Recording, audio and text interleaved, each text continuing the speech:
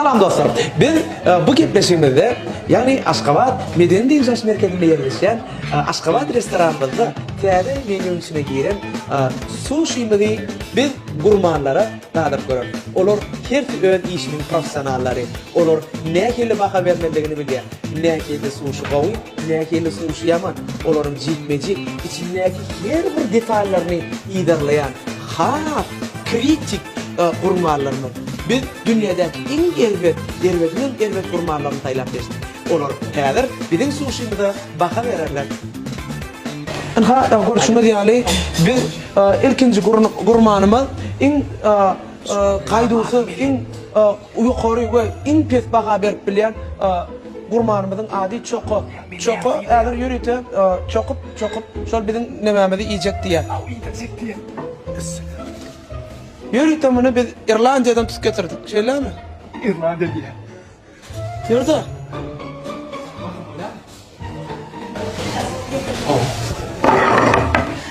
Kaderli Gurman, sen şunu iyi. Evet, ama bakana vermeli. İyi belli ya. Evet, fikrini de mayt. Çemçe ver de. Çemçe ver de.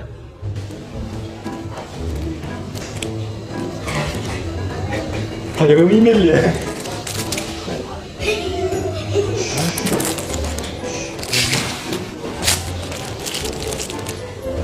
Beni maskara etme.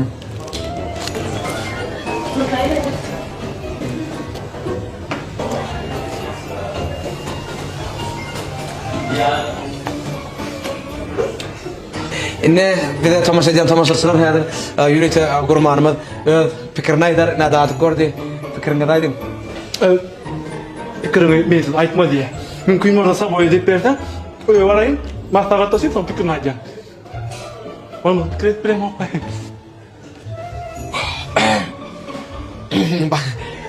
Böyle saboy etip berin. Koy diýän ha? Pikirini aýdar. Bir de tamaşa ediyen tamaşaçılar ne görüşünüz ýaly birinji gurmanymyzyň pikirini rast icra etmeli bolýar. Indiki gurmanymyz bolsa arada asmany litaş tarýarka görtdirler. Şondan bökük galan bir enolo bar eken. Olam şunki ajaýyp akşamda bizim gurmanymyz bolup gatnaşýar. Garşy alaýyn. Enolo apypyja.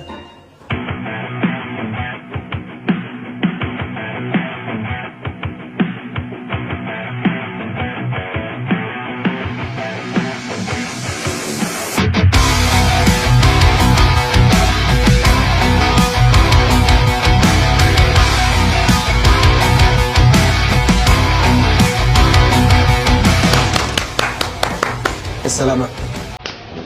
Tamam şu. Hoşum neydi? Bolu mesele yok. Ha. Buyur.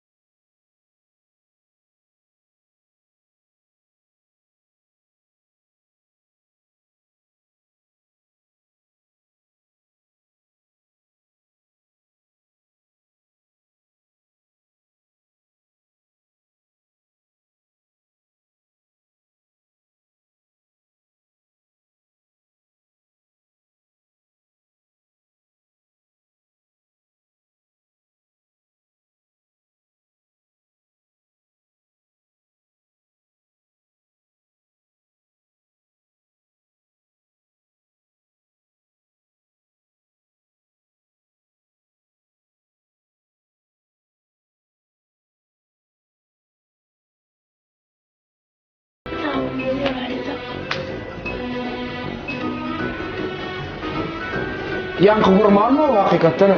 Hakik gurman abi. Yine 5 minuttan gel ya. Onu yankı kim?